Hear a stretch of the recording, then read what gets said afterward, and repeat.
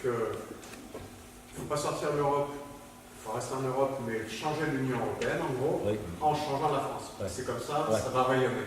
De toute façon, nous, c'est notre boulot, on ne peut pas changer les Italiens à leur place. Non, mais, et ce que je comprends, c'est que tu dis que le salariat, le bas salariat, donc en gros nous sûrement, son boulot, ça va être, pour que ça change, il va falloir qu'il atteigne le moyen salariat et le haut salariat. Pour l'instant, c'est bon. Unifier le salariat. D'accord. Et tout à l'heure, tu as dit quelque chose, il me semble, qui est au début, qui est que on n'a pas tous le même niveau de conscience sociale, parce qu'on n'est pas tous dans la même panade, et que c'est quand le moyen salariat et ou le haut salariat se retrouvera dans la panade, que alors, là, ils vont se tourner vers nous. Et le truc, c'est que là, pour moi, il y a un truc qui ne roule pas, c'est-à-dire que ça ne donne pas de solution sur l'action. C'est-à-dire que là, si j'en reste avec ça, ben, je rentre chez moi et je me dis juste, ben, j'attends qu'il soit dans la mer. Et donc, ma question, c'est, sans attendre qu'il soit dans la merde, parce que malheureusement, d'une, j'ai pas envie qu'il soit dans la merde, et de deux, ça va prendre longtemps, et moi rester dans la merde pendant ce temps-là, comment on peut faire vraiment pour arriver à les faire adhérer à ce qu'on fait sans qu'ils soient dans notre situation? Est-ce que c'est par de la pédagogie? Est-ce que c'est en faisant des manifs violents qu'ils disent oh là là, ils sont pas contents, donc c'est vraiment qu'ils doivent se sentir mal? Tu vois, techniquement, réellement. Tout ça à la fois. Tout ça à la fois. D'accord. C'est-à-dire que les manifs qui ont un vrai écho, qui sont puissantes, comptent. L'explication, les mots d'ordre proposés comptent. Par exemple, moi, je sais pas, je teste, je sais pas. Je dirais 300 € de plus pour tout le monde en salaire. 300. C'est mon augmentation du SMIC, c'est 300 net, 300. Bah, c'est un mot d'ordre qui unifie tout le salariat. Bon, c'est un truc des richesses. Maintenant, il faut le reprendre. Je ne sais pas si ça marche. Les mots d'ordre, les idées, elles progressent quand elles deviennent une force matérielle. Je l'ai dit tout à l'heure. C'est-à-dire, les gens n'apprennent pas tant. On apprend dans des réunions, dans le dialogue, par la parole. Mais par la parole, par les réunions et dans le dialogue, on peut convaincre, disons, quelques millions de personnes. Si on a les moyens, on est talentueux et tout ça. Mais là, il s'agit de convaincre des dizaines de millions de personnes. Et pour convaincre des dizaines de millions de personnes, ce qui le fera, c'est l'action. C'est-à-dire s'ils sont entraînés dans l'action. Parce que c'est pas la parole, elle aura toujours du retard. Les gens, ils seront dans l'action, qui croiront encore, je ne sais pas quoi sur la sécurité sociale, ou je ne sais pas quoi sur... Là, ouais. Mais dans l'action, ils apprendront beaucoup plus vite. Non, mais comment les faire venir dans l'action? Et là, c'est ce que je disais tout à l'heure, les gilets jaunes ont joué le rôle des étudiants, c'est-à-dire de détonateurs. Ils sont bloqués, parce qu'il y a, le temps passe, mais il y a la répression. Il n'y a pas de jonction, il n'y a pas de mots d'ordre qui apparaissent communs avec le reste pour l'instant, sauf peut-être ce que je viens de dire. Mais les mots d'ordre les plus simples, c'est quand même sur les salaires. Par exemple, il ne faut pas dire pouvoir d'achat. Le pouvoir d'achat, c'est très compliqué.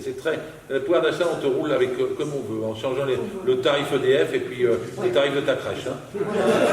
Non mais, c'est le salaire. Le salaire, c'est le paiement du travail. Donc, c'est sur le salaire du travail qu'on peut unifier le plus facilement. Donc, je veux dire, on pourrait y arriver à faire. Et maintenant, moi, je ne sais pas si Macron fait une connerie, je ne sais pas ce qui peut arriver.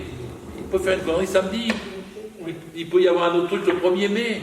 Non, mais moi, je pense que les gens, ils ont quand même conscience que Macron, c'est de l'intérêt personnel.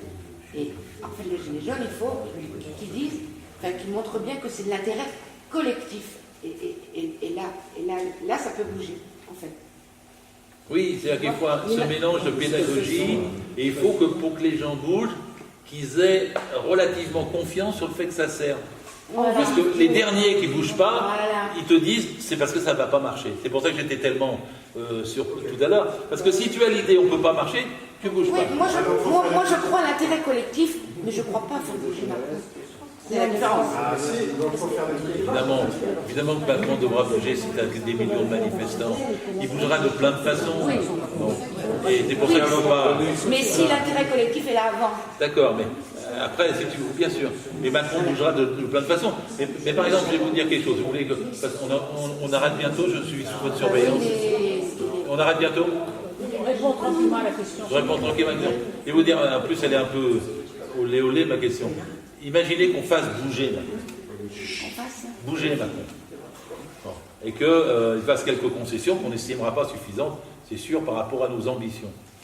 Ben, à ce moment-là, qu'est-ce qu'il va faire? Il va effectivement dissoudre une assemblée, effectivement, peut-être démissionner. Mais la question qui revient aussitôt après, c'est quelle issue politique nous avons. Ouais, parce que ça, on ne l'a pas parlé une seule seconde. On rase tout. Parce qu'il le sait très bien, ça. Les Ben oui, clients mais- ont fait amuser. Il emploie les mots ensemble, collectif. En mai 68, Est-ce que... j'étais dans les. J'ai eu tort, je l'explique dans mon livre, mais j'étais comme tous les jeunes de l'époque. Quand De Gaulle a appelé au référendum, on a éclaté de rire en disant on va te faire voir, adieu, contre référendum, etc. Donc il l'a rembobiné. Hein. Il avait tenté de faire un référendum contre le mouvement social. Ouais, réfléchissez bien. Hein, ça. Et donc nous on l'a envoyé promener. On n'avait pas de téléphone, mais on avait le transistor sur l'épaule. On l'a envoyé promener. Et donc il est parti, Baden-Baden, tout ça. Moi je dis Baderne quand je suis très en forme. Mais il est parti, puis il est revenu. Et là il a dissous l'Assemblée. Et tu ne pouvais plus. L'impression, je vous jure, tu es un mouvement de masse. Tu es en grève. Tu as 11 millions de grévistes sur 12 millions, 13 millions de salariés. En mai 68, tout le monde y était. Hein. Les pompistes, les chirurgiens dentistes, les joueurs de football, les cinéastes à Cannes. Il y avait même des mouvements dans les couvents. Bon. Tout y était, dans tout le pays. D'accord? Petite, moyenne, grande, service public, privé, tout y était. Bon. Et le gars, il dit, bah, puisque c'est ça, vous êtes en grève, je vais faire des élections. Et nous, on a répondu, élection, trahison. On s'est fait avoir. Parce que le mouvement électoral du pouvoir, il dit, bah oui, mais d'accord, mais enfin, les élections, c'est le 30 juin. C'est le 30 mai. T'as un mois. Tu dis, non. Bon, il négocie, il dit 33% d'augmentation de salaire. Il y a des gens qui disent, ceux qui étaient les plus tard à partir, ils sont les premiers à rentrer. Oui. J'ai 33%, je rentre. Et donc, la rentrée s'est faite tout juin. À 8 jours des élections, il y avait encore 4 millions de grévistes dans le pays. D'accord? Mais les élections se tenaient. Et quand on a dit élection trahison, on a dit aux gens, le mot d'ordre c'était on ne va pas voter. Eh bien, ils ont eu tous les pouvoirs, ils ont eu 70% pour la droite. Ouais. Et il a dit je nomme mon nouveau gouvernement. On était en juillet, mais c'était fini. Terminé, on l'a eu dans le... Et moi, j'en ai tiré comme leçon que quand on a un fort mouvement son personnel, hein, je sais pas de la science infuse, hein, mais quand on a un fort mouvement social et que le gouvernement est obligé de concéder des élections anticipées, il faut y aller. Il faut présenter un visage uni du mouvement social. Alors, mais 68, c'était quasi impossible. La gauche était divisée. Ils se discutaient sur les gouvernements. Et toutes les parties. S'il y a une division à gauche à ce moment-là, ils reprennent le pouvoir. Est-ce que le pouvoir aussi ne peut pas se reprendre aussi par la base? À ce moment-là, il va bientôt avoir le municipal. Ouais. Et que justement, si on reprend les communes, en parlant de mouvement, pas de parti politique, en parlant de mouvement, comme à Saillant, il existe une façon de fonctionner autre et il n'y a pas de parti politique en place, sur une ville de 2000 habitants. Il fonctionne par, démocratie directe. Il décide tout. Et est-ce que si justement on ne reprend pas par les mairies et on commence un peu à ignorer, même si on continue, etc., tout ce qui se passe en ce moment, hein, contre en ce moment l'oligarchie, et qu'en fait on prend vraiment le pouvoir par la base, on remet en place vraiment ce qui existe de français, est-ce que si on peut pas avoir aussi un contre-pouvoir, mais une pression en disant bah, t'as de faire le mal en haut, de toute façon si on décide de faire ça dans notre commune... Alors, bien sûr, mais je veux dire, c'est une question. Hein. Je suis 100% d'accord si nous avons des forces suffisantes pour pouvoir le faire. Voilà. Parce que là, on n'est plus dans un duel avec une partie et quelques centaines de milliers de gens. Ah oui, tout à fait. On est avec 66 millions de citoyens et c'est un changement d'institution. Moi, je voyais, alors vous allez me trouver illuminé, mais je voyais dans Commercy et dans Saint-Nazaire la base possible d'une autre forme d'organisation d'État.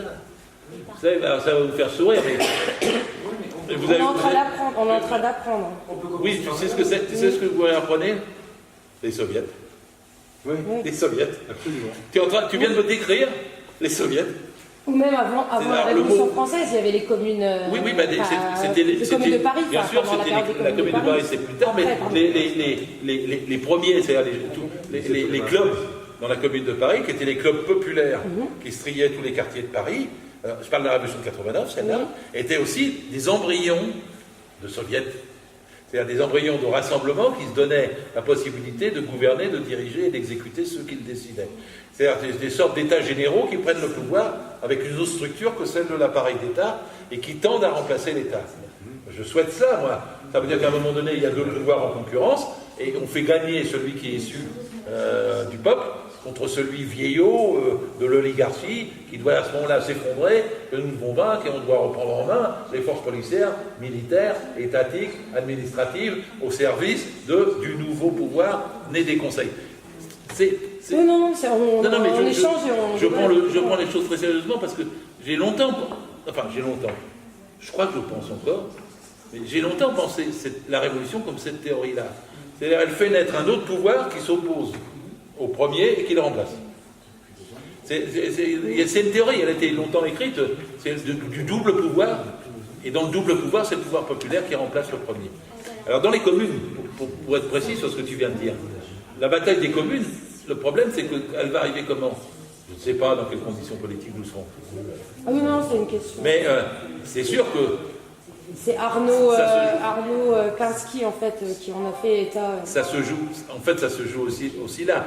Mais là, tu sais ce qu'il va faire, Macron, si jamais nous ne gagnons pas. Il va probablement mettre les élections le même jour, régionales, communales et régionales. Il est capable de les reporter en 2021.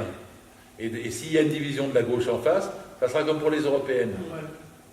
Donc la vérité, c'est que de notre mouvement, voilà, il faut que sorte une forme d'unité politique et syndicale et associative, voilà, qui soit capable d'investir les institutions avant de les transformer. Après, on lui a quand même, les Gilets jaunes lui ont quand même imposé un calendrier politique. Oui, bien sûr. Voilà. Bien sûr. C'est la première fois. Ça, c'est une très grande victoire, sinon on ne serait pas là. Le grand débat a été fait. Il n'aurait pas attendu sa déclaration, C'est pour ça que là, il est embêté avec les européennes, en fait. Aussi par rapport au discours qu'il doit avoir. Ah oui, oui, bien sûr. Moi, j'avais une question, en fait, sur la dette. Donc, est-ce qu'il y a, une volonté vraiment politique d'entretenir la dette, voire de creuser justement le trou de cette dette, pour justement un petit peu asservir les peuples? Et est-ce que justement, en matière de fraude fiscale qu'il peut y avoir en France, en Union européenne, etc., si ces problèmes de fraude qui existent et qui sont massifs étaient réglés, est-ce que ça nous permettrait justement d'avoir une économie réelle qui soit finalement assez... que tout le monde en soit satisfait? Très honnêtement, si nous arrivions au pouvoir... On a le droit d'annuler la dette. Si nous arrivions au pouvoir, on peut récupérer la fraude fiscale. On peut être en position d'imposer aux multinationales de ne plus avoir une optimisation fiscale, c'est-à-dire de changer les lois pour les sociétés multinationales. Donc on peut récupérer facilement, je dis facilement, 100, 200, 300 milliards. Déjà, tous les problèmes immédiats des gens dans leur vie vont changer. C'est-à-dire qu'il n'y aura pas besoin qu'on meure dans le couloir de l'hôpital sur le lit, il y aura une chambre. Ce sera aussi simple que ça en récupérant ça. La société... Mais la société ne sera pas changée pour autant. C'est-à-dire, pour qu'elle change, effectivement, il faut franchir, en même temps qu'on redistribue des richesses, il faut franchir des pas démocratiques.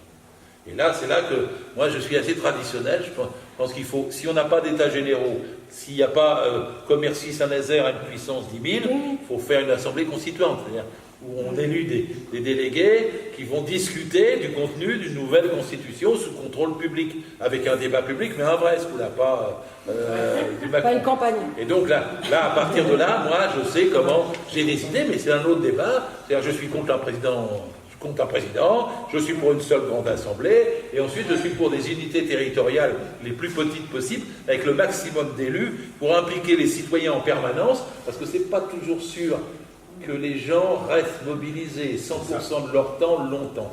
On a appris ça avec, entre autres, les soviets. C'est pour ça qu'on fera sa cour.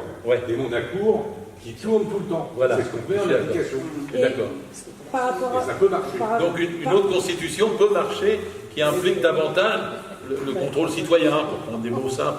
Mais est-ce qu'actuellement, il ne faut pas considérer que c'est volontaire, l'entretien de cette dette politiquement, c'est parce qu'il n'y a pas de volonté politique de la régler, en fait. Par rapport à la dette. Ah bah oui. Est-ce qu'on fait un audit? La dette, je vais vous dire une chose sur la dette. Elle sera, je reviendrai tout à l'heure s'il faut, mais elle ne sera jamais remboursée, la dette. Jamais. Jamais. La dette, c'est 2200 milliards. C'est un an du pays. Vous savez, c'est à la fois beaucoup et peu. Parce que même les gens individuellement, j'aime pas cette comparaison, qui achètent leur maison, ils s'endettent sur plus d'un an de leur salaire. Bon là, la dette, c'est un an du salaire collectif, si j'ose dire, du produit intérieur brut. C'est pas tant que ça. Ils nous font peur, mais c'est pas tant que ça. Je vais vous donner un instrument de comparaison. Les 4 principales banques françaises, Société Générale, font 8000 milliards d'euros. La dette de 2200, c'est à ceux-là qu'on la rembourse. Est-ce qu'il pourrait y avoir une partie légitime sur cette dette? Alors, tous les théoriciens de la dette, moi j'ai fait un bouquin sur la dette. Il y a 3 catégories de dettes. Il y a des dettes légitimes, des dettes illégitimes et des dettes odieuses. Alors la dette légitime, c'est celle que vous avez prise pour faire un investissement, bâtir l'école, machin. Bon. Normal que l'État ait des dettes. N'écoutez pas ceux qui vous disent un État endetté, c'est mauvais. Tout État doit être endetté. Les dettes, c'est bon pour les États. Ah oui, mais oui. Attendez. La deuxième chose, les dettes illégitimes. C'est celles qui ont été prises à des taux d'échange, de spéculation insupportables. Vous payez des taux on paye 50 milliards à peu près chaque année pour rembourser les taux d'intérêt d'une dette qu'on ne remboursera jamais. Vous pouvez prouver en faisant un audit que ça a été illégitime dans les conditions dans lesquelles la dette a été contractée. Et vous pouvez contester cette dette illégitime. Il y a plusieurs façons de le faire au niveau international et au niveau national. Et enfin, il y a une notion peu connue, c'est la dette odieuse. La dette odieuse, c'était celle qu'ils ont infligée aux Grecs. C'est pas sentimental, odieux. C'est un terme juridique qui a été fondé dans le droit international en 1898 à propos de Cuba.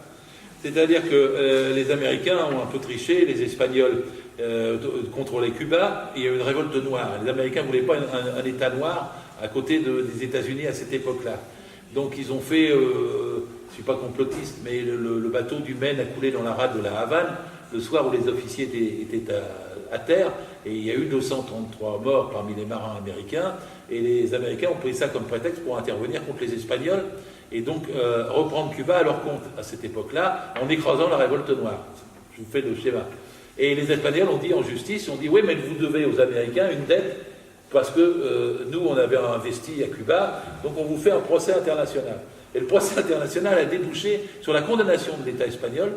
La dette a été jugée comme odieuse parce qu'elle avait été contractée par l'État espagnol, parce qu'elle servait à faire la guerre contre les Noirs qui se soulevaient et contre les Américains qui intervenaient. Et donc ça a été considéré comme une dette odieuse. Ça a été fondé juridiquement. Et on pouvait appliquer, mais il aurait fallu un univers international autre, à la Grèce, le concept de dette odieuse qui lui était appliqué. Et il y avait une partie légitime.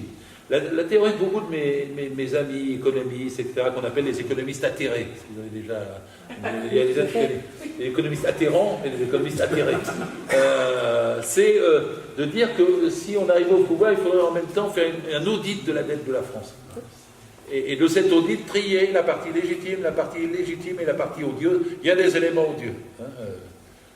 Oui, les guerres, on a fait des guerres, hein, voilà. On est allé bombarder il y a pas longtemps en Libye, etc. La Libye, sans l'accord du Parlement, voilà.